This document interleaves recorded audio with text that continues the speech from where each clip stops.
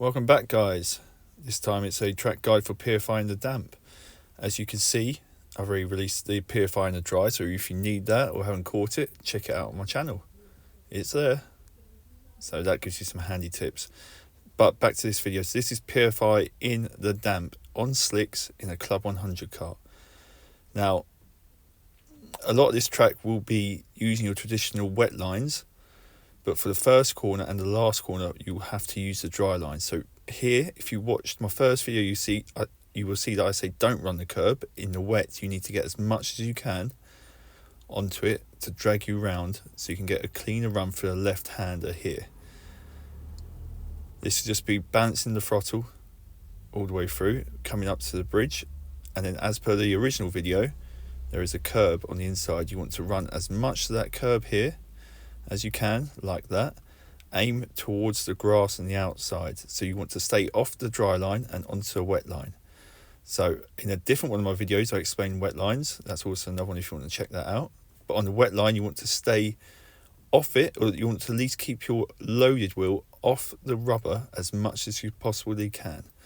Now this is a bank corner at PFI, so you can run all the way around the outside, NASCAR style. So going up the hill towards the bridge, you want to be braking over to the outside of the track. As you can see here, I've paused, so that's a perfect, there you can see the dry line. So you see it's shiny, that is the rubbery mark. There will be no grip on that. You will see in a second I'll have my outside wheel just outside the rubber, which will generate me grip to get around the corner efficiently. So I'll get round this corner here, and then you want to swing it as far to the left as you can to open up the right-hander, which takes you down the hill off the bridge. Once again, you want to use as much of the limits as you can. Here I've got half the cart on it. I wouldn't probably go any more than that, otherwise you'll start getting warnings for it. Stay off the dry line. Line yourself up and fire yourself down the hill. Now coming into hairpin 1, you will see another wet line tip. So when it's wet on slicks, you don't want to brake on your usual braking line. You want to move to the inside of the middle or the inside of the track where there's no rubber and do all your braking there. That will guarantee you more grip and a quicker stopping distance in the wet on slicks. So you do all your braking.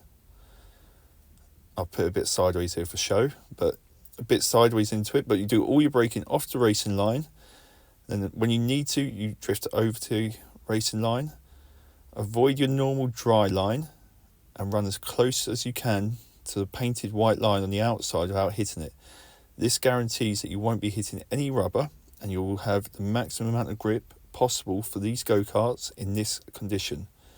This also works with any other go-karts on slicks in the wet. And realistically, even if you're owner driving on wet tyres, you'll still want to be braking off the line like this and then going back to the racing line. So once again, for hairpin 2, I've moved back to the outside again. I'm running wide, close to the white line. So you can see there's tons of understeer here. Tons of understeer, just keeps you going in a straight line. So you just have to be very patient with it, patient on the throttle.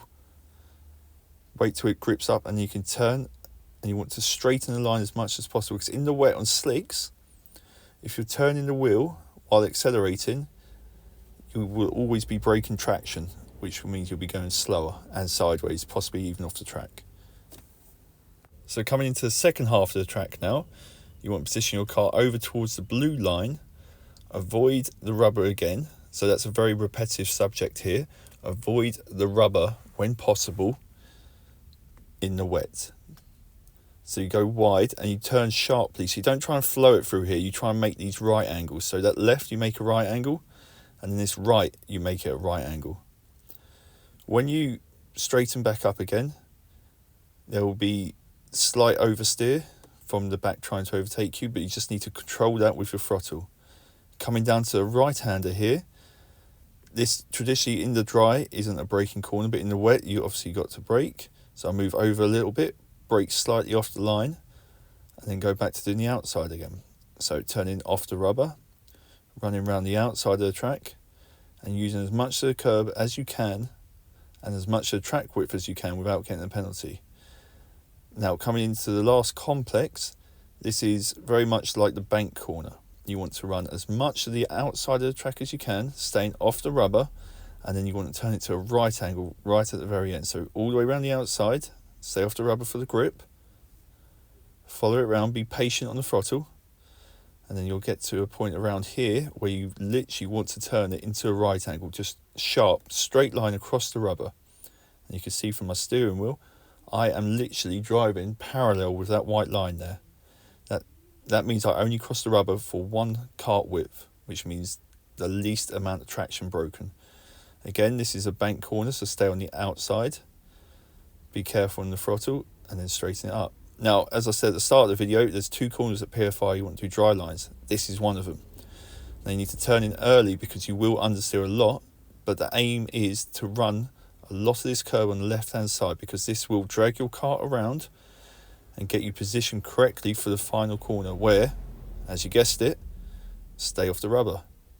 Run it wide, stay off the rubber, turn it into a right angle, and then you fire yourself towards the finish line for another successful lap at PFI. So thank you for watching another video of mine. I will let this play so you can see the same lap in full speed, and you can make your judgments from there. Thank you for watching my videos. I have got PFI in the dry, as I said at the start of the video, so that might be worth you checking out in case the weather's getting better throughout the day. Okay, thank you very much. I've got GYG in the dry and GYG in the damp coming up.